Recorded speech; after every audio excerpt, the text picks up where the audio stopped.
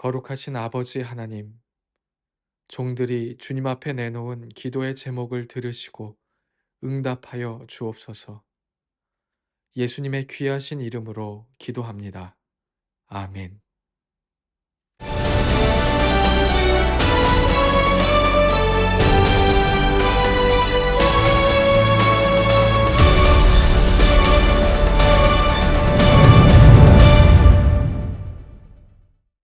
안녕하세요. 횃불에와 함께 하시는 목사님, 사모님, 선교사님, 그리고 모든 사역자 여러분 진심으로 환영합니다. 2026년 1학기 횃불에는 새 시대, 새 부대, 그리스도의 군사여 일어나라 라는 주제로 시작합니다. 지금 우리는 그 어느 때보다 빠르게 변화하는 시대, 그리고 혼란과 불안이 가득한 시대를 지나고 있습니다. 이 변화의 기점에서 하나님께서는 우리를 준비된 그리스도의 군사로, 교회를 시대를 돌파하는 하나님의 영적 군대로 부르십니다. 영성, 지성, 인성의 소주제로 진행하는 8주간의 횃불회를 통해 시대를 통찰하고 영적으로 무장하며 사명을 회복하는 귀한 시간 되시길 바랍니다. 이 시간 인천 횃불회에 총무로 섬기시는 안창호 목사님 나오셔서 기도해 주시겠습니다. 역사를 주관하시는 하나님 아버지, 이 땅 대한민국을 사랑하시어 기독교 횃불재단을 세워주심에 감사드립니다. 위아들까지 십자가에 내어주셔서 한 영혼이라도 더 구원하시려는 하나님의 심정을 횃불재단에 허락해 주셔서 지난 45년 격동의 시간이었지만 한결같은 마음으로 대한민국 복음화와 한민족 디아스포라 복음화를 성실하게 감당해 주심에 감사를 드립니다. 지금까지 횃불재단의 사역은 그야말로 하나님의 전적인 인도하심이여 은혜였음을 고백합니다. 하나님의 부르심을 이 땅 위에 이루기 위해서 해산의 고통을 감당하며 지금까지 헌신하신 횃불재단 유승현 원장님과 강문규 총무님, 재단 직원들의 헌신에 감사드리며 더욱 힘을 더하여 주옵소서. 하나님 아버지, 오늘부터 2026년 횃불재단이 새시대 새부대 그리스도의 군사여 일어나란 주제로 시작합니다. 하나님께서 2026년 한국교회에 꼭 필요한 주제로 주신 줄로 믿고 감사드립니다. 하나님께서 택하셔 세우신 강사님을 통하여 하나님의 나라가 이 땅에 이루어지도록 목회자를 살리고 교회를 살리고 성도들을 살리는데 강력한 도전의 시간이 되도록 역사하여 주옵소서. 강의 시간마다 하나님의 나라가 이 땅에 강력하게 이루어지도록 우리 목회자가 효과적으로 쓰임받기 위해 우리를 점검하고 도전하는 시간이 되게 하여 주옵소서. 완전한 복음이 목회자를 통해 거침없이 교회에 흘러가도록 막힌 것은 뚫어지게 하시고 모르는 것은 깨닫게 하시고 힘을 잃은 분은 생기를 덧입혀 목회자를 새롭게 일어나게 하옵소서. 오늘 첫 번째 시간입니다. 유승현 원장님의 주제와 비전의 말씀과 조정민 목사님의 새시대 새부대 그리스도의 군사여 일어나라는 말씀을 듣습니다. 성령님 역사하시어 귀한 원장님과 목사님을 통해서 우리 모두가 하나님의 말씀으로 받게 하시어 우리의 심령골수가 쪼개지고 새로운 능력을 얻는 시간이 되게 하여 주옵소서. 그래서 목회자와 교회들이 새시대 새부대 역할을 감당케 하시어 2026년 이 땅 대한민국이 완전한 복음으로 새롭게 일어나는 복음의 나라가 되게 하여 주옵소서. 예수 그리스도 이름으로 간절히 기도 올리옵나이다. 아멘. 이 시간에는 귀한 분을 모시려 하는데요. 한국교회의 중보자시고 새시대 여성 리더이십니다. 무엇보다 우리 횃불의 목사님, 사모님들을 사랑하고 도우려는 분입니다. 횃불 선교재단의 유승현 원장님 나오셔서 횃불회의 올해 방향성과 비전을 나눠주실 때 도전과 은혜의 시간 되시길 바랍니다.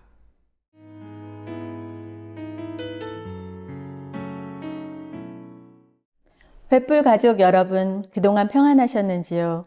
유승현 원장입니다. 주님의 이름으로 문안드립니다. 2026년을 맞이하며 저는 주님 앞에서 한 가지 질문을 반복해서 묻게 됩니다. 주님은 지금 이 시대에 어떤 일꾼을 찾고 계시는가? 세상은 이전과 비교할 수 없을 만큼 급속도로 변하고 있습니다. 불안정한 세계 질서와 국제 정세를 볼 때 경제 구조 변화가 예측됩니다.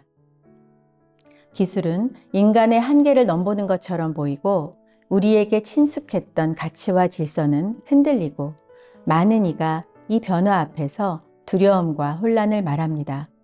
그러나 성경을 보면 분명한 사실이 있습니다.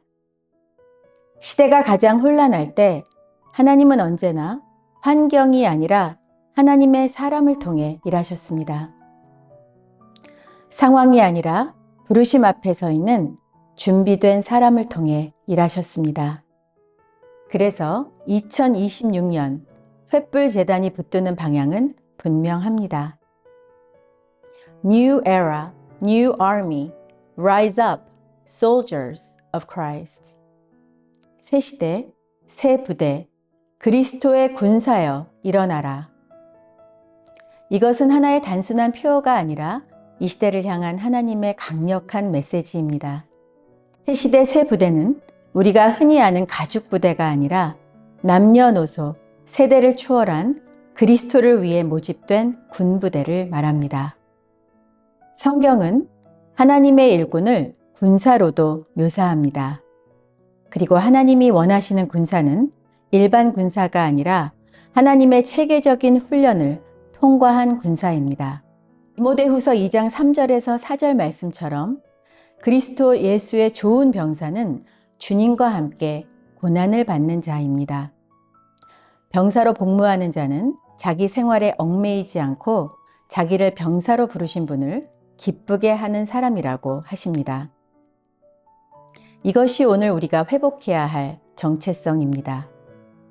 이 시대가 기독교에 요구하는 것은 성과를 위한 더 많은 프로그램이나 더 세련된 전략이 아닙니다. 부르심 앞에 서 있는 사람, 그리고 그 부르심에 준비된 충성된 군사입니다. 훈련은 실전을 위한 준비입니다. 특히 체계적인 훈련 과정을 거치지 않은 군사는 전쟁터에 나갈 수 없습니다. 이순신 장군이 반복한 훈련 끝에 실전에서 하객진 전법이라는 배치를 통해 승리를 거둘 수 있었던 것은 우연이 아니라 철저한 준비의 결과였습니다. 하나님 나라의 전쟁에서도 마찬가지입니다. 재정렬, 재정비를 통해 배치되는 영적 리포지션은 승패를 가르는 요소입니다. 지난해 우리는 다시 예수님의 겸손한 자리로 리포지션 했습니다. 겸손의 자리, 종의 자리로 내려가는 결단을 했습니다. 그러나 주님은 우리를 그 자리에 머물게 하지만은 않으십니다. 이제 그 자리에서 싸울 준비가 된 군사로 일어나라고 부르십니다. 주님은 우리에게 양들을 맡기셨고 영적으로 깨어서 믿음의 선한 싸움을 싸우라 명하셨고 부끄러울 것 없는 일꾼, 깨끗하고 준비된 그릇으로 세워지기를 원하십니다. 그러나 분명히 기억해야 할 것이 있습니다.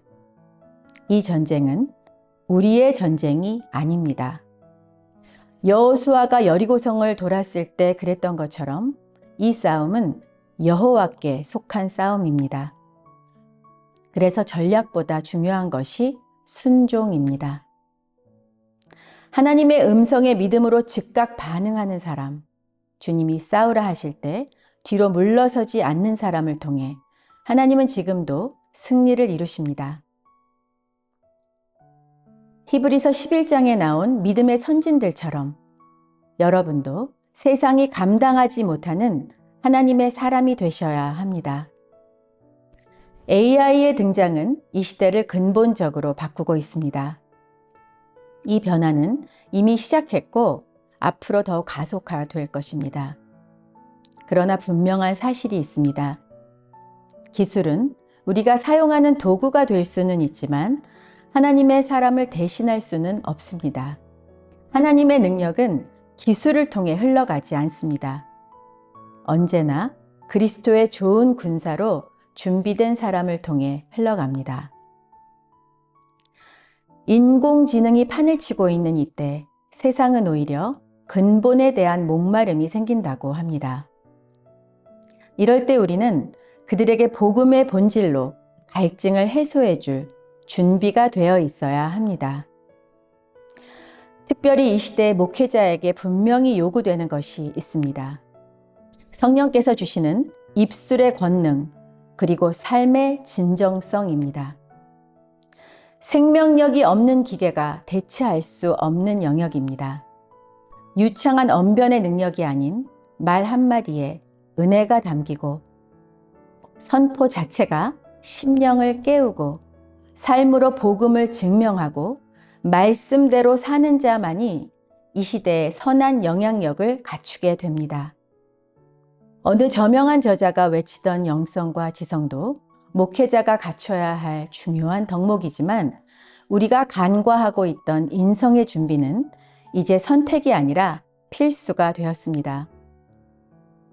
인성의 부재는 공든탑을 무너뜨릴 수 있는 핵심 요소입니다.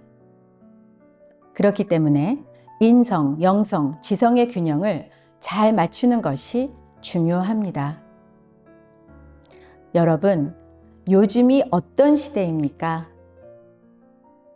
쇼핑에는 스마트 소비자, 병원에는 스마트 환자, 교회에는 스마트 성도가 있지 않습니까? 이런 때일수록 세상은 가짜와 진짜를 예리하게 구별해낼 수 있는 변별력을 갖추고 있습니다. 그러면 우리는 어떻게 해야 할까요? 경건의 모양이 아닌 하나님이 원하시는 경건의 능력을 반드시 회복해야 합니다. 선한 양심과 영적 정직성을 회복해야 합니다. 온 힘을 다해 복음을 삶으로 살아내야 합니다. 왜냐하면 우리를 향한 신뢰는 우리의 삶을 통해 형성되기 때문입니다. 안타깝게도 우리는 교회 안팎에서 상처받고 떠나는 성도를 종종 봅니다.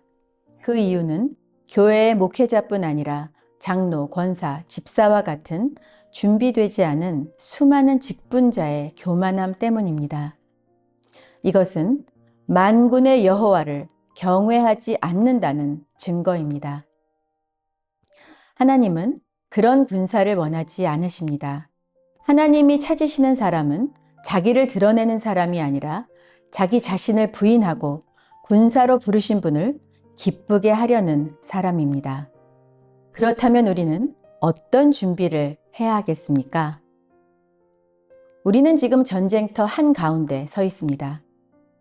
사탄 마귀는 우는 사자같이 두루다니며 믿는 자들을 삼키고 무너뜨리려 합니다.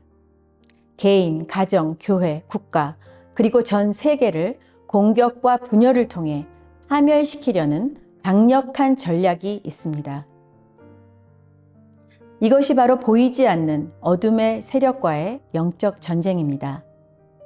우리의 씨름은 혈과 육에 속한 것이 아님을 에베소서 6장은 명확하게 선포합니다. 주님은 우리에게 무방비 상태가 아닌 철두철미한 준비를 요구하십니다. 바로 하나님의 전신갑주를 입으라고 하십니다. 군사가 전투에 나설 때 장비 없이 전장에 나가는 일은 없습니다. 마찬가지로 주님의 군사도 영적 전쟁을 치르기 위해 머리부터 발끝까지 완전 무장되어야 합니다. 진리의 허리띠, 의의 흉배, 복음이 준비한 신, 믿음의 방패, 구원의 투구, 성령의 검으로 악한 자의 불화살을 막고 대적해야 합니다. 성령 안에서 깨어 기도함으로 능히 이 전쟁을 감당해야 합니다. 지금은 더욱 그래야 할 때입니다. 이것이 예수 그리스도의 군사로 세워지기 위한 준비이며 이 시대를 살아가는 교회가 회복해야 할 영적 태세입니다. 우리는 혈과 육을 향해 싸우는 사람이 아니라 생명 사역을 위해 믿음의 방패를 들고 말씀과 기도로 무장한 주님의 군사로 부르심을 받은 사역자라는 것을 잊지 마십시오. 군대에는 절대 복종이라는 말이 있습니다. 하나님도 당신의 명령에 죽도록 충성하며 순종하는 사람을 원하십니다. 우리의 순종은 하나님의 능력이 시작되는 지점입니다. 우리가 순종할 때 하나님은 우리를 홀로 전장에 두지 않으십니다. 연합군을 붙이시고 당신의 승리를 우리 삶의 현장에서 드러내십니다. 2026년 우리는 다시 결단합니다. 안주하는 공동체가 아니라 생명의 복음을 전하기 위해 훈련된 군사로 세워지는 공동체로, 시대의 소음에 휩쓸리는 교회가 아니라 하나님의 음성에 믿음으로 즉각 반응하는 교회로, 영적 무방비 상태가 아닌 영적 군사력을 강화시키는 새 시대, 새 부대로 완전 무장한 믿음의 용사로 전진합시다. 우리는 예수 그리스도와 함께 죽어야만 살 수 있습니다. 그 진리를 붙드십시오. 이 마지막 때에 깨어서 시대를 정확히 분별하십시오. 왜냐하면 이 세상의 모든 악한 세력들은 궁극적으로 우리 그리스도인을 무너뜨리려는 것이 목적이기 때문입니다. 그러나 담대하라, 내가 세상을 이기었노라 말씀하신 우리 대장 예수께서 친히 앞서가시며 그분의 승리를 우리 각자의 삶과 사역의 자리에서 반드시 보게 하실 것입니다. 하나님의 능력의 손이 우리를 붙들어 주실 것입니다. 그리스도의 군사여, 일어나십시오. 주님의 승리가 우리 각자의 삶과 사역의 현장에서 여호와 니시, 승리의 깃발을 드는 한 해가 되기를 간절히 소망합니다.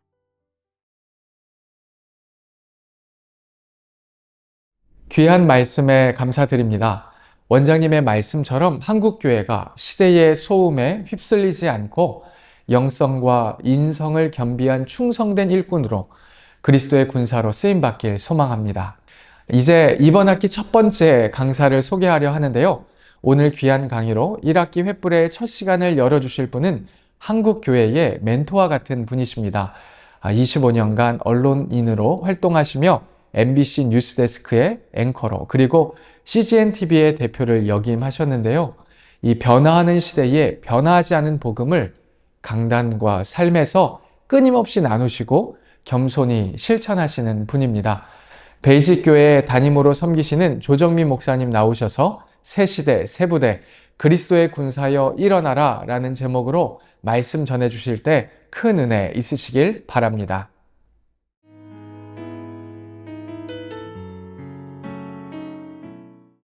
네, 횃불회 이렇게 함께 모이게 되셔서 정말 참으로 반갑고 또 감사합니다. 어렵고 힘든 시기에 목회 현장도 힘들고 또 선교지도 어려우시고 또 여러 가지 상황이 점점 악화되고 있는데 올해도 어떻게 하면은 주의 능력으로 이 일들을 감당할 수 있을지 말씀으로 함께 힘을 얻고 또 도전받기를 원합니다. 만나 뵙게 돼서 반갑고요. 먼저 말씀 하나 읽고 한 절 읽고 같이 시작하도록 하겠습니다. 디모데후서 2장 3절 4절 잘 아시는 말씀입니다. 제가 읽도록 하겠습니다. 너는 그리스도 예수의 좋은 병사로 나와 함께 고난을 받으라. 병사로 복무하는 자는 자기 생활에 얽매이는 자가 하나도 없나니 이는 병사로 모집한 자를 기쁘게 하려 함이라. 네. 디모데후서는 잘 아시는 대로 로마의 깊은 지하 감옥에서 디모데에게 쓴 편지죠. 죽음을 앞두고 있는 상황입니다. 아마 죽음을 예감했을 거예요. 그래서 어떻게 보면 디모데에게 내게로 속히 오라고 보낸 편지예요. 어떻게 하면 죽음을 앞두고 누구와 이 마지막 시간을 가질 것인지 나름대로 생각하지 않았겠습니까? 그래서 에베소 교회를 목회하고 있는 디모데에게 속히 와 달라고 쓴 편지예요. 그는 디모데가 에베소 교회를 섬기면서 여러 가지 어려움을 겪고 있다는 것을 잘 알았습니다. 그래서 심약한 디모데를 용기를 주고 힘을 주고 믿음으로 낳은 아들이 좀 더 목회를 든든하게 잘 해낼 수 있도록 그렇게 또 디모데 전서를 써보냈고 이제 또 디모데 후서를 통해서 다시 한번 마지막 믿음의 유언과도 같은 그런 비장한 각오로 쓴 편지로 읽힙니다. 그는 이 디모데에게 이 어렵고 힘든 시기에 어쩌면 그 당시로서는 또 로마의 박해가 날로 시시각각 힘들어지고 있는 상황이기 때문에 그 마지막을 준비하는 그런 비장한 각오로 목회자가 서야 할 어떤 그런 분명한 목회자 상을 나름대로 제시한 것이죠. 그런 첫 번째로 병사의 모습, 또 운동경기 참여하는 경기자의 모습, 또 그는 농부의 모습을 통해서 어떻게 우리가 이 목회 현장, 선교지 현장을 잘 섬겨야 할지에 대한 귀중한 권면을 주고 있는 것이죠. 그로서는 이 디모데에게 마지막 시간을 함께 보내야겠다고 생각하는 이유가 있었을 것입니다.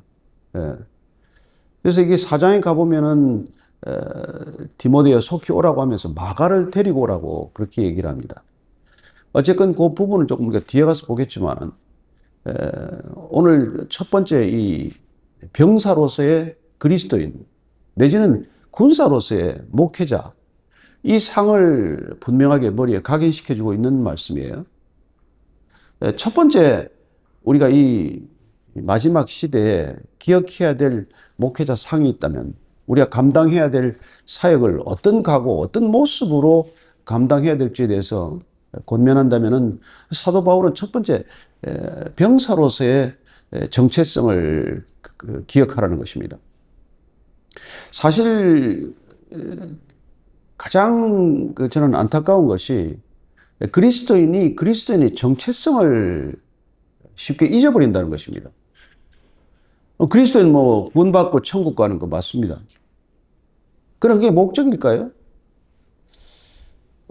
저는 주님께서 우리를 천국 찾아오라고 하지 않으셨습니다.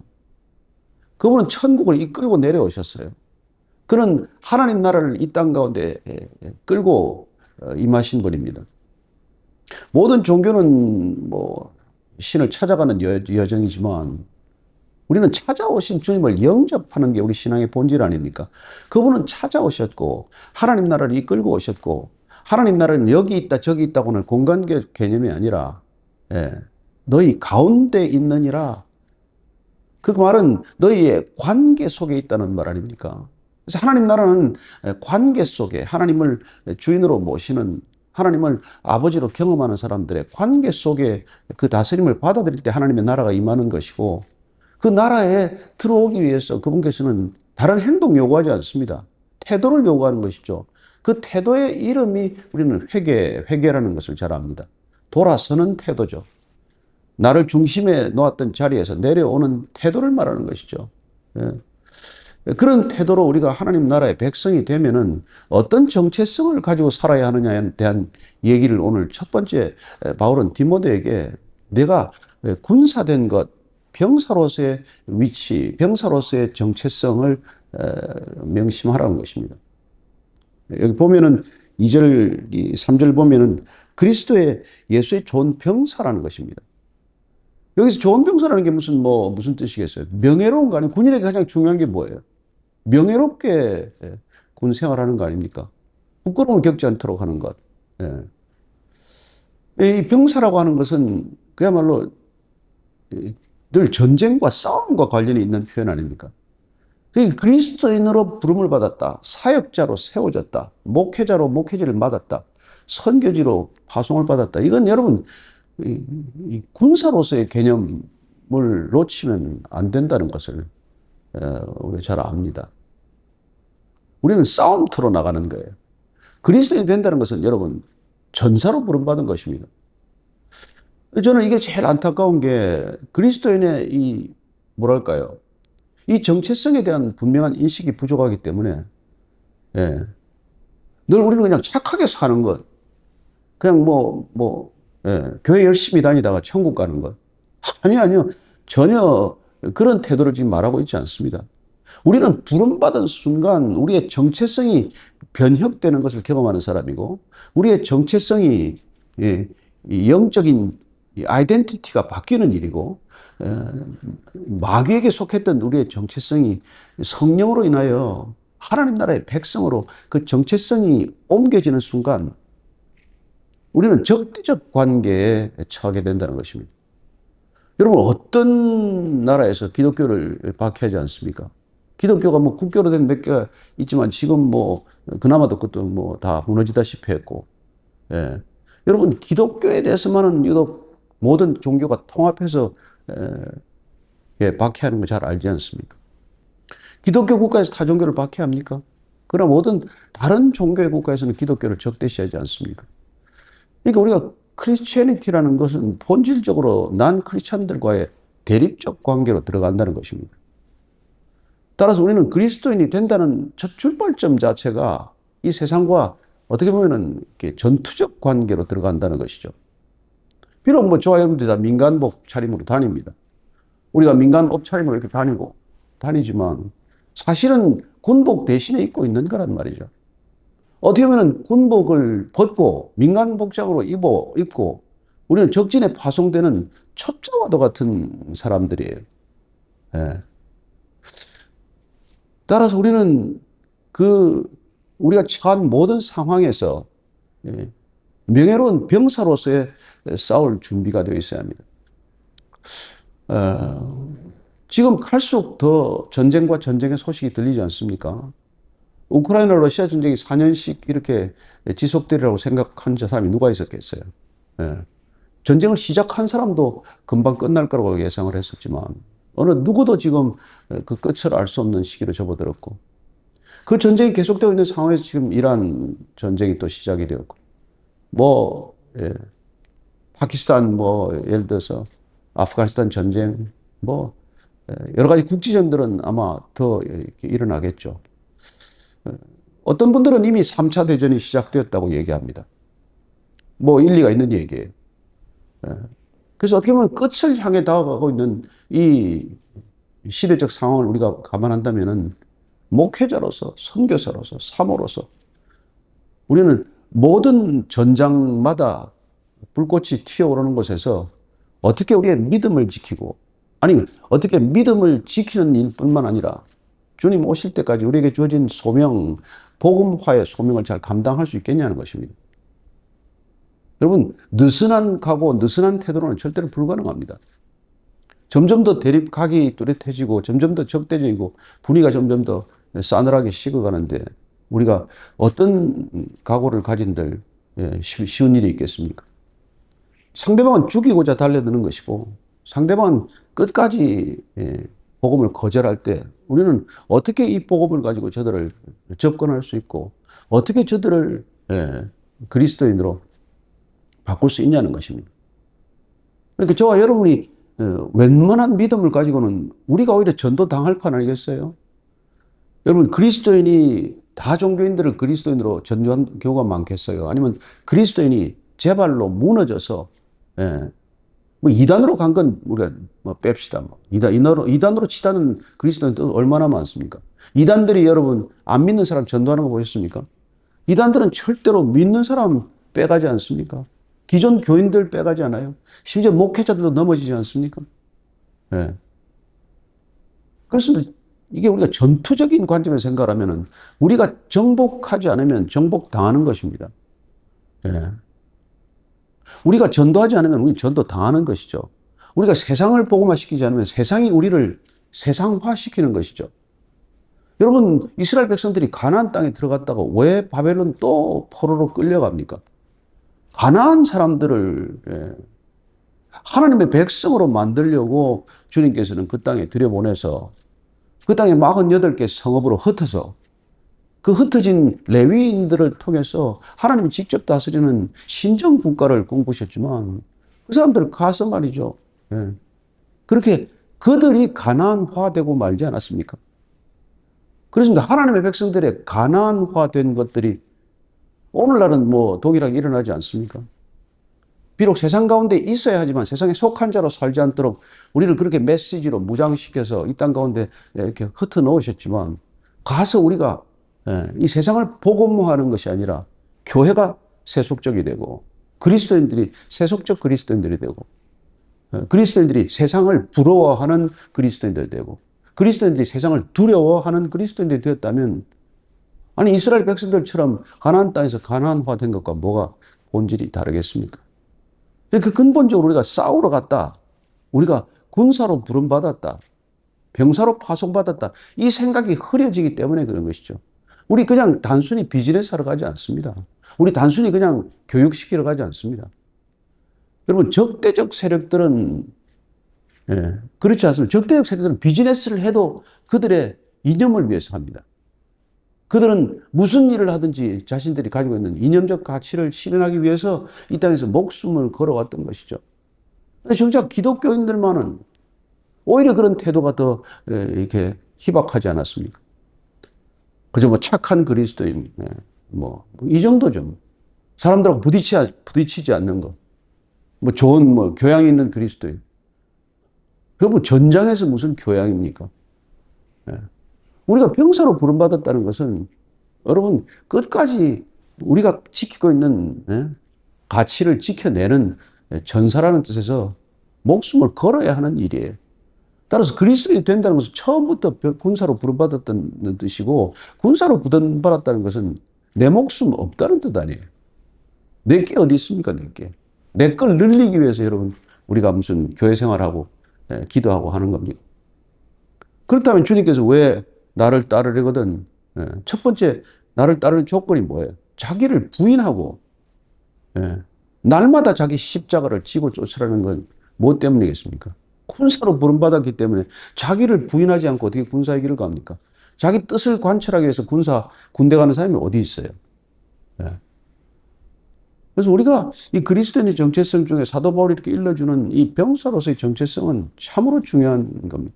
주님께서 왜 내가 물론 뭐 팔복 가운데 화평케 하는 자는 복이 있다고 하셨지만, 그러나 그리스도인이 된다는 건 뭡니까? 가족들하고 원수지간 되는 거죠, 때로는. 본인이 일하는 곳에서 원수지간이 되는 것이죠. 그렇게 내가 화평케 하러 온 줄로 생각하지 마라. 난 불을 던지러 왔다. 요새 불이 사방에 날아다니고 있어요. 불을 던지는 사람 많습니다. 그리스도인들만 불을 던지지 않습니다. 다른 종교인들도, 아니 다른 이념적 세력들도, 다른 사회혁명 운동가들도 다 나름대로 불을 던져요. 어느 불이 쉽게 옮겨 붙겠습니까? 어떤 불이 붙어야 됩니까? 이 땅에. 우리는 지금 불 붙은 세상을 살고 있는 겁니다. 뭐 끄고 다니기에도 지금 경황이 없어요. 뭐 한 군데 끄면 또 한 군데 또 터질 때니까. 따라서 우리가 오늘 이 마지막 시대 중에서도 마지막 끝을 사는 그리스도인이라면은 우리가 군사로서의 정체성을 한순간도 놓지 않아야 되는 것이죠. 여러분, 소방서 가면은 5분 대기조 있습니다. 그들은 화재 소식이 나오면 5분 안에 출동해야 돼요. 여러분, 잠자는 게 자는 게 아닙니다, 그 사람들. 그야말로 항상 깨어 있는 것이죠. 뭐 공군들도 마찬가지예요. 비상대기조에 들어간 사람들은 군화벗지 않습니다. 군화벗지 않고 숙소에서 그냥 항상 대기 상태 아닙니까? 주님께서 왜 그런 상태가 아니라면 왜 우리들은 항상 깨어 있으라고 말하겠어요? 왜 열처녀 비유를 말씀하십니까? 뭐 때문에 열처녀 비유를 통해서 뭐라고 말씀하시는 거예요? 기름이 부족한 5 처녀가 나눠 쓰자 그러는데 누가 나눠줍니까? 그렇습니다. 여유 있는 넉넉한 여분의 기름을 가지라는 것이고, 그건 우리가 신앙생활하면서 항상 내 능력으로 살 수 없다는 것을 말하고 있는 것이죠. 따라서 군사는 준비되어야 되는 것이고, 언제나 준비되어 있는 상태를 위해서 주님께서 우리에게 혼자 준비하는 것이 아니라 항상 함께 준비하기 위해서 보혜사 성령을 우리에게 부어주신 것이죠. 그렇습니다. 그분이 오시면 우리는 혼자 전투하지 않습니다. 세상 끝날까지 함께 하시겠다고 약속하셨습니다. 어디를 가나 땅 끝까지 이르러도 내 증인이 될 수 있도록 하시는 분은 바로 그분입니다. 이 땅에서 그분이 구원사적 사명을 완수해가는 전 과정은 그분이 주도해가는 과정이에요. 우리는 그분께 순종하면 끝나는 일입니다. 따라서 우리는 이 전황에 늘 관심을 가져야 하고, 늘 우리의 대장 되신 그분, 지휘관 되신 그분께 우리의 모든 관심과 우리의 모든 열심이 집중되어야 하는 것이죠. 따라서 오늘 사도 바울은 두 번째 우리에게 뭐라고 말합니까? 나와 함께 고난을 받으라고 초청하는 것이죠. 여러분, 그리스도인은 고난의 길로 초청받은 사람입니다. 세상은 고난을 피하기 위해서 다 종교생활을 하는 거예요. 고난 좀 줄여달라고 다 기도하는 겁니다. 근데 우리는 냉정하게 말한다면 우리는 고난을 위해서 기도하는 거예요. 고난의 길을 스스로 택한 것 아닙니까? 주님께서 나와 함께 가자고 하는 것은 뭡니까? 오늘 사도 바울의 편을 따르면은 나와 함께 고난을 겪자는 거예요. 그 고난이 무서워서 우리가 무슨 이런저런 고난을 피하게 해달라는 그런 기도를 드리는 사람들이 들어있지만 그건 정말 그리스도인의 기도가 아니죠. 모든 종교인들의 기도는 고난 면제를 위한 기도예요. 모든 종교인들의 기도는 복받는 기도입니다. 무슨 복입니까? 팔복입니까? 아니, 팔복과 다른 세상의 복을 위해서 기도하는 것 아닙니까?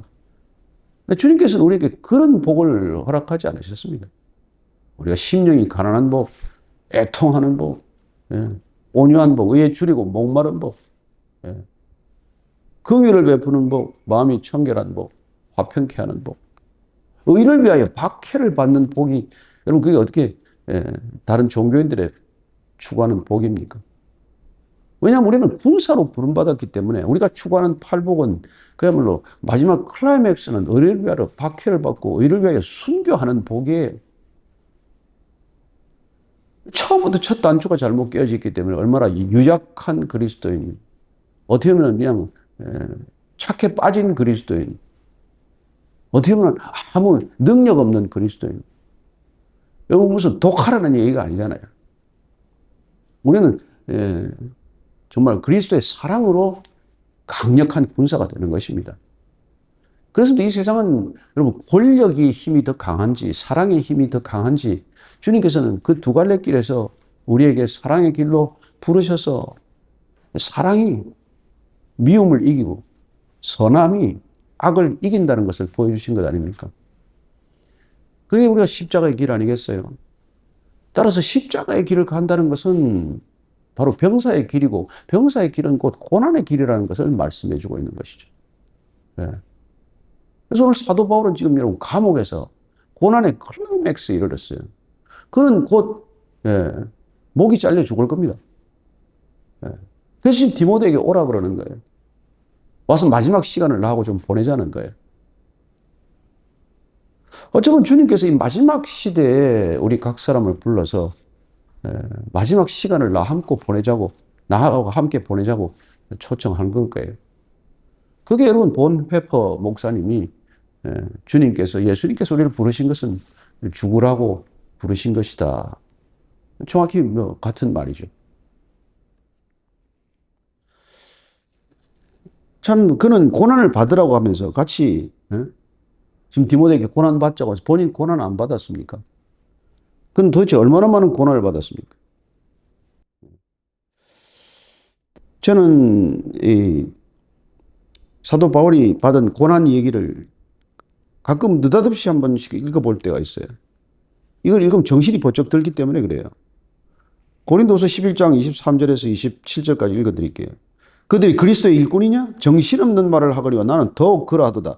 내가 수고를 넘치도록 하고 옥에 갇히기도 더 많이 하고 매도 수없이 맞고 여러 번 죽을 뻔하였으니 유대인들에게 40에서 하나 감한매를 5번 맞았으며 3번 태장으로 맞고 1번 돌로 맞고 3번 파선하고 일주일을 깊은 바다에서 지냈으며 여러 번 여행하면서 강의 위험과 강도의 위험과 동족의 위험과 이방인의 위험과 시내의 위험과 광야의 위험과 바다의 위험과 거짓 형제 중에 위험을 당하고 또 수고하며 애쓰고 여러 번 자지 못하고 줄이며 목마르고 여러 번 굶고 춥고 헐벗었노라. 여러분 제가 이걸 읽으면서 어떻게 반성한지 아시죠? 저는 이 중에 이 고난의 목록, 바울의 고난의 목록 가운데 제일 끝에 있는 것, 수고하고 애쓴 것 좀 있습니다. 좀 수고했어요. 좀 애쓴 거 있습니다. 그 다음 여러 번 자지 못한 것, 잠 못 잔 적 많아요. 줄이고 목마른 것, 금식하느라고 줄인 거지 무슨 없어서 줄였겠어요? 여러 번 굶고 춥고 헐벗었노라. 헐벗은 적은 없어요. 기껏 하나 목록 하나 좀 위에 올라가면 거짓 형제 중에 모함 받은 거, 그런 거 한두 개 있을 수 있습니다. 그러나 그 위로 그가 겪었던 고난 목록에는 명함도 내밀지 못하잖아요. 우리가 이 시대 목회자들이 무슨 이런 고난, 이런 박해를 겪는 사람이 누가 있겠어요? 바울은 편하게 살 수 있었습니다. 바울은 어떻게 보면 가말리엘 문화에 들어갈 때부터 그는 예루살렘에서 가장 출중한 랍비가 되는 게 꿈이었겠죠. 그러나 예수 만났기 때문에, 다메섹 도상에서 예수 만났기 때문에, 눈이 멀었다가 비늘이 벗겨지고 눈을 새로 떴기 때문에 그는 완전히 다른 사람이 된 것이죠. 어쩌면 초대왕 사울과 같은 사람이 되는 게 부모의 꿈이고 본인의 꿈이었겠지만 그는 바울이라고 하는 가장 작은 사람이 되고 말지 않았습니까? 그래서 그는 세상의 모든 성도 중에 가장 작은 성도보다 더 작은 성도라고 본인 자신을 깨닫게 된 것이죠. 위대한 인물이 되는 게 꿈이었겠지만 그는 그리스도 안에서 그는 가장 작은 사람이 되는 그런 새로운 꿈을 갖게 된 것이죠. 그래서 그는 약할 때 하나님의 강하심이 드러난다는 것을 경험하는 진정한 목회자가 된 것이죠. 그래서 우리는 병사로 부름받았다는 것, 뭐 다른 선택의 여지가 없어요. 그렇다면 우리는 당연히 고난을 받아야 한다는 것. 예. 제가 일본에 선교행 다니시는 우리 목사님들 따라서 가서 그 목회자들 일본 교단의 지도자 몇 분을 만났어요. 예. 연세들이 다 80에 가까운 분들이고 나이 드신 분들인데 아주 뼈아픈 본인들의 회개를 하는 거예요. 일본 기독교는 부흥하지 못했습니다. 부흥하지 못한 이유도 저희들 잘 알고 있습니다. 뭐 때문입니까? 일본 교회는 순교자를 낸 바가 없습니다. 캐톨릭은 수많은 순교자를 냈지만 개신교 쪽은 단 한 사람 순교자가 나오지 않았습니다. 본인들은 한국 기독교를 부러워한다는 거예요. 한국 교회는 많은 순교자를 냈습니다. 본인들의 고백이에요. 그게 자기들이 한국 교회와 일본 교회의 분명한 어떤 갈림길이라고 얘기해 줬습니다. 이 시대도 그게 동일한 말씀일까요? 우리는 뭐 설교 때 손양원 목사님, 주기철 목사님 뭐 예화로 많이 들긴 하지만 예화로 끝나고 마는 일이 얼마나 많습니까? 여러분들한테 지금 이 말씀을 하고 있는 저도 마찬가지죠. 제가 예수 믿고 뭐 잘된 건 하나도 없습니다. 어려운 일만 많이 겪었지만 그러나 그렇다고 해서 사도 바울이 겪었던 이런 고난 가운데 뛰어든 적도 없거니와 이런 고난을 달라고 그렇게 뭐 절절하게 기도한 적도 없거니와 여전히 이런 고난에 대해서는 어떻게 보면 일말의 두려움을 가지고 있는 것이죠.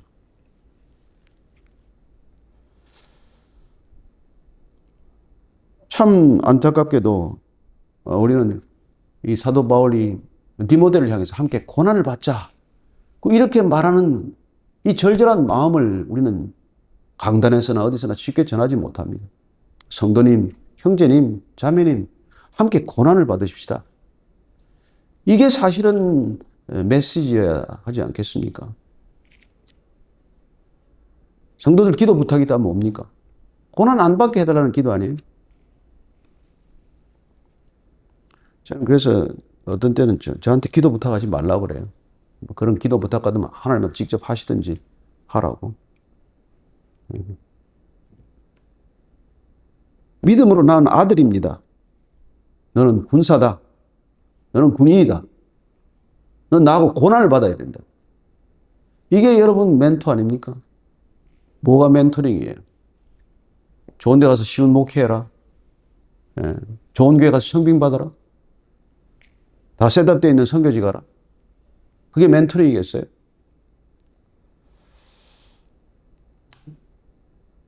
나와 함께 고난을 받으자. 고난을 받았어야 무슨 고난을 받자고 얘기를 하겠죠. 사도 바울은 할 자격이 있습니다. 고난의 목록이 뚜렷하니까. 정말 그렇게 예수 믿으면서 이런 고난을 겪었기 때문에 주님께서는 누구든지 나를 따르려거든 자기를 부인하고 십자가를 지고 오라고 말씀하셨듯 그도 또한 그렇게 말하는 거나 마찬가지예요. 나 함께 고난을 받자는 얘기는 바로 그 얘기의 바울 버전이에요. 자기를 부인하라. 십자가를 지고 같이 가자. 그 얘기 아니겠습니까?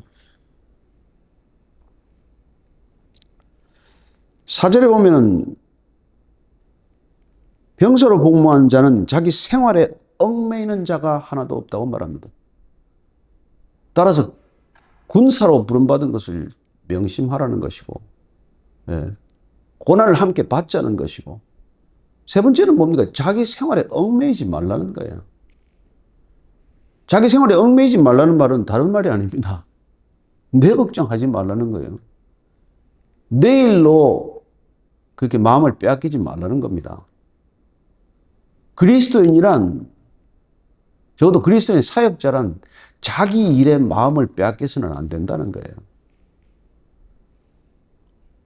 사실 그리스도인이란 여러분 공생애를 사는 사람이에요. 예수님께서 요단강에서 세례받고 올라오십니다. 그리고는 광야에 성령에 이끌려서 광야로 간 거 아니에요? 여러분 성령이 어디 왕궁으로 데려갔습니까? 좋은 목회지로 데려갔습니까? 성령에 이끌려서 광야로 갔습니다. 광야에서 뭐 하는데요?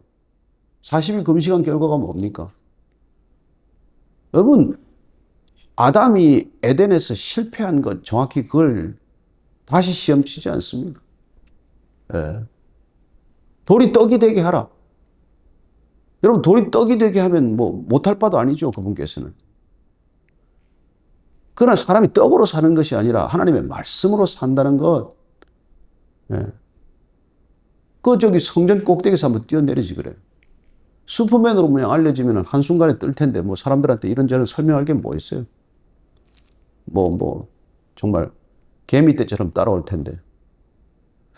그러나 하나님을 그렇게 시험하지 말라는 거예요.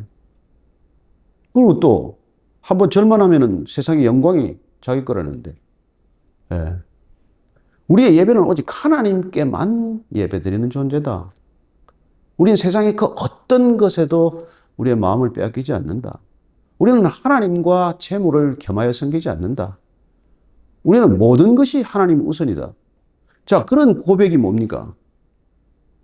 그게 공생의 시작 아닙니까? 그리스도인으로 부름받았다는 것은 누구나 마찬가지입니다. 주님만 세 가지 시험을 합격하고 우리는 세 가지 시험 떨어져도 되는 겁니까? 아니죠. 우리도 육신의 정욕과 안목의 정욕과 이생의 자랑이라고 하는 끝없는 유혹에 시달리는 사람들이에요. 날마다 시달리는 사람입니다. 그러나 이걸 처음부터 이기고 시작하지 않으면 매일 괴로운 거죠. 매일 힘든 겁니다. 매일 넘어집니다. 성도들 매일 넘어져요. 주일 기도, 대표 기도는 뭡니까? 일주일 동안 죄만 짓고 왔대요. 그런 그리스도인으로 만든 책임, 그런 그리스도인으로 살아가도록 내버려두는 책임이 저와 여러분한테 있는 것 아닙니까? 왜 일주일 동안 죄만 짓고 와요? 일주일 동안 피 터지게 죄와 싸우다가 하나님께서 잘 싸우고 왔다고 일주일 동안 싸운 걸 싸매주고 상처에 기름 발라주고 안아주고 품어주고 위로하는 게 예배 자리가 되어야지. 무슨 또 고백하고 죄만 짓다 왔다고 고백하고 또 가서 주일 예배 끝나고 나면 한 주간 동안 또 죄 지어도 되고 그런 무슨 반복적인 그런 삶이 아니잖아요. 왜 오늘 그렇게 바울은 그게 내 생활에 얽매여서 그렇다는 거예요. 생활에 얽매이지 마라. 내 생활에 얽매이지 마라. 여러분 생활을 떠나서 산에 가서 무슨 면벽자선하라는 얘기입니까? 어디 수도원에 들어가서 수도사가 되라는 얘기입니까? 그런 우리가 삶의 현장에서도 여전히 우리는 군인으로 살아야 되고 하나님의 일을 감당할 하나님의 대사로 살아야 되는 것이고 그리고 하나님의 메시지를 온 몸으로 온 일거수일투족으로 이렇게 선포해야 하는 하나님의 메신저로 살아가는 자리지 내 개인적인 이해관계나 내 개인적인 속셈을 가지고 딴 생각을 품고 그곳에서 하나님의 이름을 망령되이 일컫고 하나님의 뜻을 왜곡시키고 그리고 끝내 하나님의 이름을 욕되게 하는 그런 일들은 적어도 있어서 안 된다는 얘기죠. 따라서 오늘 이 얘기는 뭡니까? 내 생활에 얽매이지 말아라. 공생애를 제대로 시작하라는 겁니다. 우리가 군사가 되었다는 것은 여러분 군인이 군대 입대하면 자기 생활이 어디 있어요? 모든 시간들이 그분 지휘관에게 통제되는 거 아닙니까? 군복을 입었다는 것, 그 한 가지 때문에 그는 모든, 어떻게 보면 개인적인 자기는 박탈당하는 것이죠. 따라서 우리는 왜 우리가 날마다 성경을 읽고 날마다 무슨 예배를 드리고 왜 그럽니까? 우리의 소속이 어디인지를 선포하는 행위이고 우리가 누구의 지시를 받고 있는 존재인지를 확인하는 일이고 우리는 그 일을 통해서 적어도 우리가 이 땅 가운데 살아가는 잠시 동안의 소명이 무엇인지를 날마다 선포하는 행위가 바로 예배드리는 것이고 말씀을 읽는 것이고 말씀을 먹는 것이고 그리고 영적 양식으로 살아가는 존재라는 것을 세상에 드러내고자 하는 것이죠.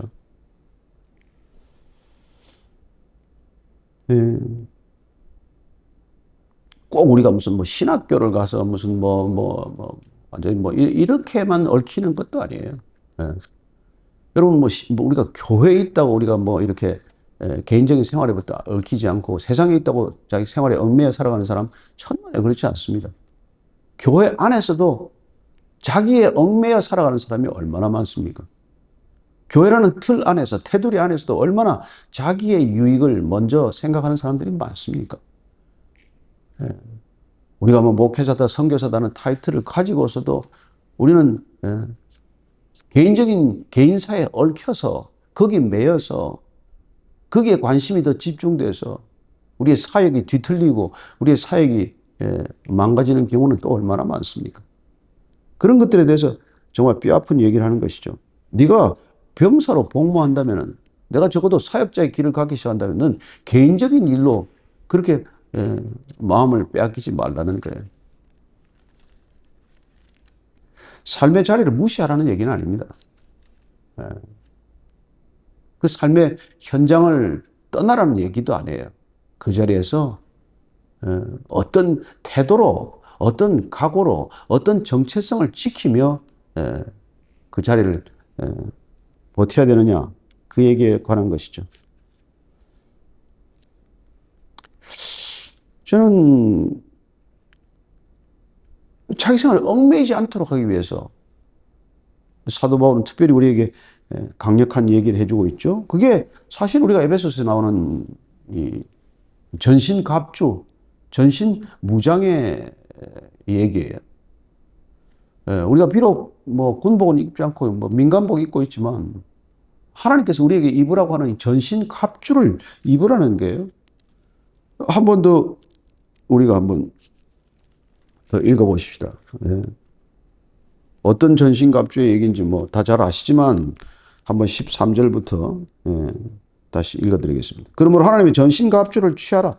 이는 악한 날에 너희가 능히 대적하고 모든 일을 행한 후에 서기 위함이라. 그러즉 서서 진리로 너희 허리띠를 띠고 의에 호심경을 붙이고 평안의 복음이 준비한 것으로 신을 신고 모든 것 위에 믿음의 방패를 가지고 이로써 능히 악한 자의 모든 불화살을 소멸하고 구원의 투구와 성령의 검 곧 하나님의 말씀을 가지라. 이 전신갑주의 클라이맥스는 뭐예요? 공격 무기는 단 하나입니까? 말씀의 검이 아니고서는 우리는 어떤 것도 이 세상을 대적할 수 없습니다. 사역으로 대적하는 것이 아닙니다. 말씀으로 대적하는 거예요. 제가 엊그제도 누구 한 사람 만났는데 이분이 예수 믿고 나서 여러분 늦게 믿어가지고 할 일이 없어요. 하루에 4시간, 5시간 성경을 읽어요. 나이 지금 80이 다 된 분입니다. 오른쪽 시력이 제로에 없어요. 성경 읽은 지 8개월 만에 시력이 0.6이 됐다고 난 찾아와서 놀래가지고 이 무슨 일이냐고. 저는 초대교회에 역사하셨던 하나님께서 지금도 역사하고 계신다는 것 우리가 잘 알지 않습니까? 우리도 그런 간증이 없습니까? 저희 교회도 안전뱅이가 일어났었고 죽은 사람도 다시 일어났었고 많은 기적들이 있었습니다. 하나님께서는 동일하게 지금도 일하고 계십니다. 우리가 우리 자신의 일을 추구하지 않고 우리가 하나님의 일을 추구하고 하나님의 뜻을 펼치기 위해서 우리가 자신이 무슨 우리의 이득을 다 포기한 사람들인데 하나님께서 왜 기도에 응답하지 않으시겠습니까? 우리가 잘못 구하고 자기 정욕에 쓰려고 구하고 그러니까 뭐 기도가 무슨 힘이 있겠어요. 주님께서 우리 날마다 우리 군사는 여러분 날마다 자기 동기를 점검하는 사람이고 날마다 자기 태도를 확인하는 사람이에요. 난 뭐 때문에 이 자리에 있나? 어떤 군인이 자기 사업을 위해서 여기 가 있겠어요?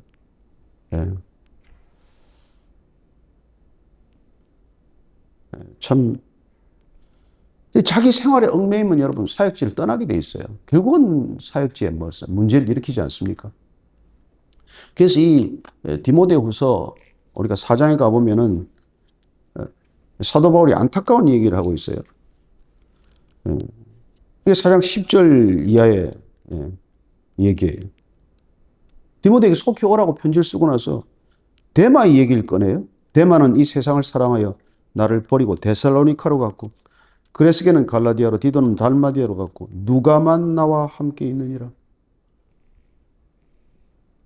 여러분, 이 데마는 말이죠, 빌레몬서에 보면은 사도 바울이 나의 동역자라고 소개했던 사람이에요. 골로새서로 가면은 그 수식어가 빠집니다. 데마가. 그리고 디모데후서로 오면은 세상을 사랑해서 나를 떠났다라고 기록하고 있어요. 군인이었다면 여러분 근무지 이탈입니다. 탈영이에요. 탈영했다는 거예요. 왜요? 세상을 더 사랑해서. 그는 바울이 1차 로마 감옥에 투옥됐을 때 그 곁을 지킬 만큼 어떻게 보면 믿음을 보였던 사람이에요. 근데 왜 그 믿음이 이렇게 퇴색했습니까? 네. 그가 누구인지를 날마다 확인하는 작업을 게을리했기 때문이죠. 점점 다윗은 작아 보이고, 점점 고난은 커 보이고, 점점 사역지는 무능력, 무기력해 보이고, 점점 세상은 능력이 있어 보이는 것이죠. 그래서 그는 바울 곁을 떠나게 됩니다. 떠난 사람 많아요. 그레스게도 갈라디아로, 디도 달마데로. 그리고 심지어 뭐 두기고는 에베소로 다시 파송을 합니다. 주의 명령을 따라 파송되는 사람과 제 발로 걸어나간 사람 다르지 않습니까?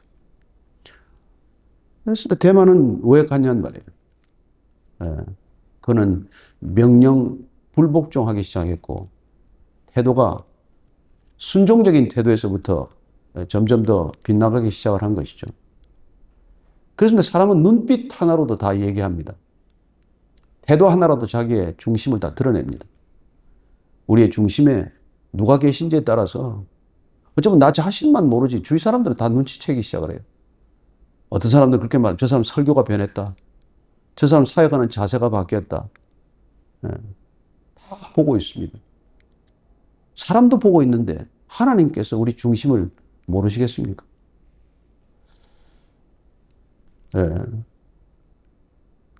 군인은 눈 뜨면 하루 일과 시작이 됩니다.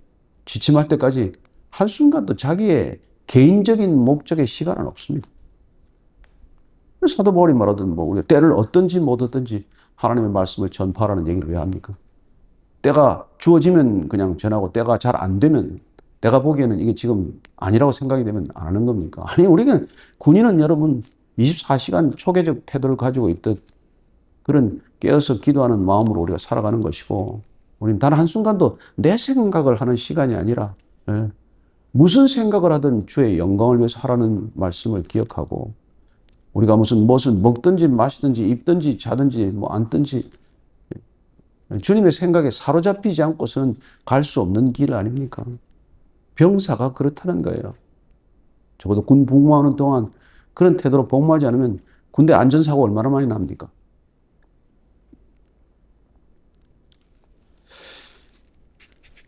그렇습니다. 대만은 본인이 병사로 복무하고 있다는 것을 잊어버렸고, 자기 생활에 얽매였기 때문에 그는 바울 곁을 떠나고 마는 것이죠. 네 번째로 그는 병사로 모집한 자를 기쁘게 하라고 말합니다. 근데 우리는 누구를 기쁘게 하는 존재입니까? 세상은 다 자기 자신을 기쁘게 하기 위해서 살아가죠. 그래서 그토록 쾌락적인 게 많고 자기를 즐겁게 하는 여러 가지 수많은 것들이 널려 있습니다.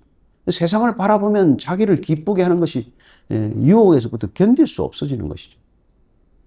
우리 시선이 하여튼 주님께 늘 맞춰져 있지 않으면 우리도 또한 이런 유혹에 한순간에 넘어지게 됩니다. 이 세상은 자기를 성취하기 위해 살아가는 곳입니다. 자기를 확인하기 위해서, 자기를 기쁘게 하기 위해 살아가는 곳입니다. 그러나 그리스도인이란 특별히 주님께서 특별히 부르신 곳곳에 세우신 주의 종들이라면은 우리는 나를 기쁘게 하는 것이 아니라 오직 우리를 부르시니, 우리를 택하시니, 우리를 세우시니 그분을 기쁘게 하기 위하여 살아가는 존재죠. 느헤미야서에 이렇게 말합니다. 우리의 기쁨은 뭡니까? 하나님을 기뻐하는 것, 여호와를 기뻐하는 것이 우리의 힘이라고 말합니다. 우리의 능력은 나를 기뻐하는 데 있지 않아요. 우리의 능력은 하나님을 기뻐하는 데서 샘솟는다는 것입니다. 왜 우리는 그렇게 사람한테 복음 전하고 그렇게 기뻐합니까? 나하고 무슨 사돈의 팔촌에 관련이 없는 그 사람 하나가 주께로 돌아오면 왜 그렇게 기뻐합니까? 잃어버린 양 한 마리를 메고 돌아오는 주님의 심정이 우리의 심정이 되기 때문 아니겠어요?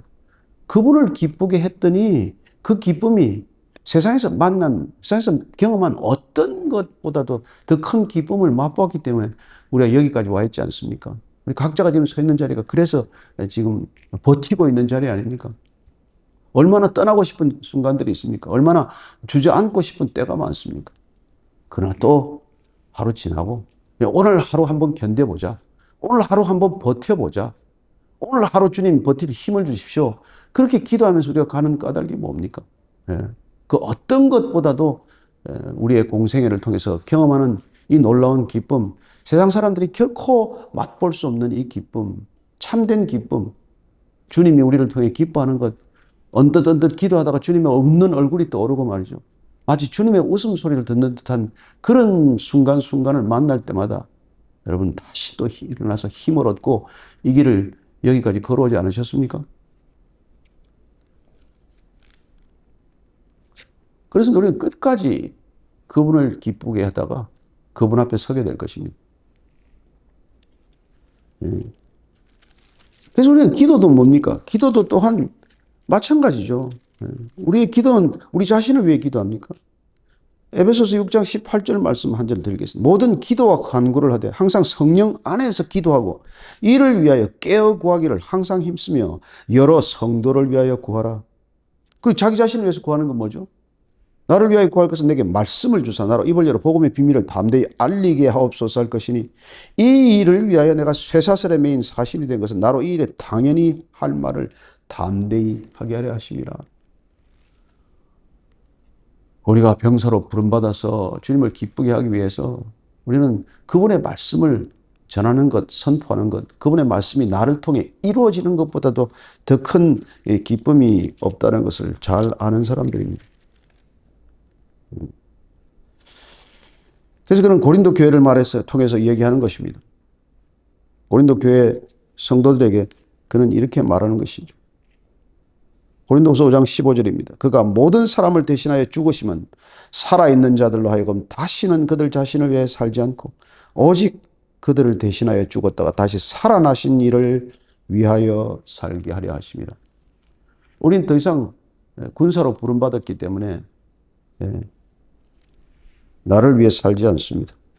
우리 자신을 위해서, 우리를 위해서 대신 죽으시고 부활하신 그분의 부르심에 합당한 삶을 살기로 결단하는 것이죠. 우리는 이 시대 동일하게 주의 말씀을 기억하면서 주께서 선포하셨던 그 말씀이 이 시대의 유일한 답이라는 것을 잘 압니다. 급변하는 세상을 살아갑니다. AI를 보면 우리는 이미 낙후되었나? 그런 염려가 생길지 모릅니다. 그러나 여러분, 인간은 또 하나의 바벨탑을 쌓고 있을 뿐이에요. 바벨탑은 궁극적으로 주님께서 때가 되면 무너뜨리십니다. 우리가 제단을 쌓지 않고 쌓는 바벨탑, 그게 인간의 대안이 될 수도 없고 결코 인간의 유토피아가 될 수 없다는 것 우리는 잘 알고 있습니다. 인간이 어디까지 갈지 누구도 예측할 수 없겠지만 그러나 주님께서 반드시 우리를 통하여 이 시대 마지막 주의 날을 준비하고 계실 것입니다. 여러분, 이 시대가 기술이 없어서 지금 목마릅니까? 젊은이들이 그렇게 무슨 먹을 게 없고 양식이 없고 그래서 허기 가지고 줄였습니까? 그래서 그들이 펜타닐에 빠지고 마약에 지금 취하고 있습니까? 아닙니다. 아모스를 통해서 하셨던 말씀은 오늘날도 여전히 유효하고 진실입니다.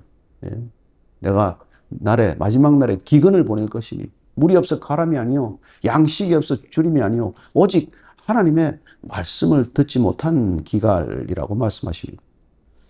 저는 이 시대도 동일하게 아무리 많은 기술이 있고 아무리 많은 재화가 있고 아무리 많은 인간의 역사가 펼쳐질지라도 주님께서는 다시 한번 저와 여러분들을 통해서 하나님의 말씀이 선포되는 것만이 강단에 말씀이 선포되는 것만이 성도들의 마음속에 말씀이 자리 잡을 때까지 하나님의 말씀이 그들의 영혼과 관절과 골수를 찔러 쪼갤 때까지 그분은 우리를 통해서 그 말씀을 전하기를 원하고 계신다는 것을 잘 압니다.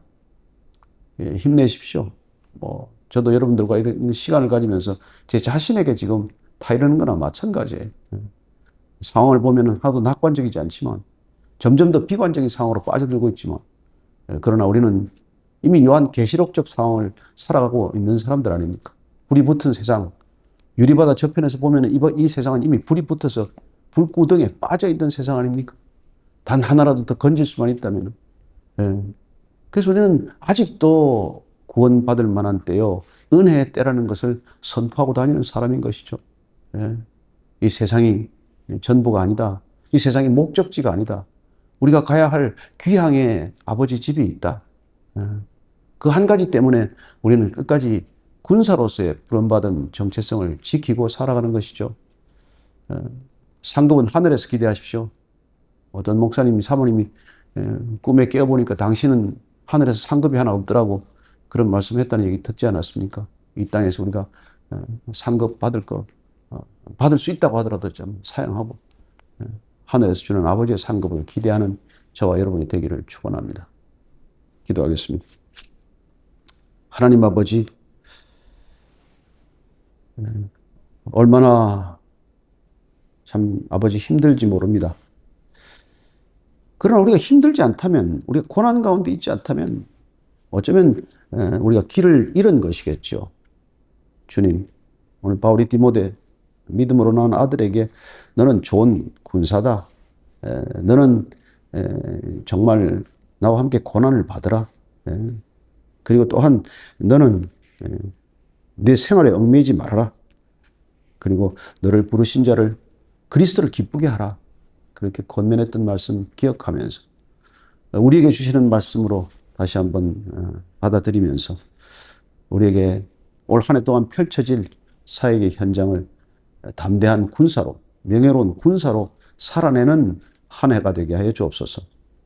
주님께서 주신 것을 특권으로 알고 우리에게 주어진 가장 소중한 소명을 감당하는 것이 주께 가장 합당한, 그리고 정말 온전한 예배라는 것 기억하며 주님께 다시 한번 우리 전부를 올려드리는 한 해가 되게 하여 주옵소서.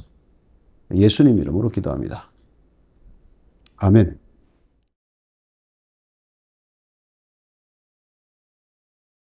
귀한 강해 감사드립니다. 교회의 정체성을 일깨우는 귀한 시간이었습니다. 한국 교회가 이 고난의 시간을 통과하며 새로운 시대에 승리하는 하나님의 군사로, 병사로 쓰임받길 소망합니다.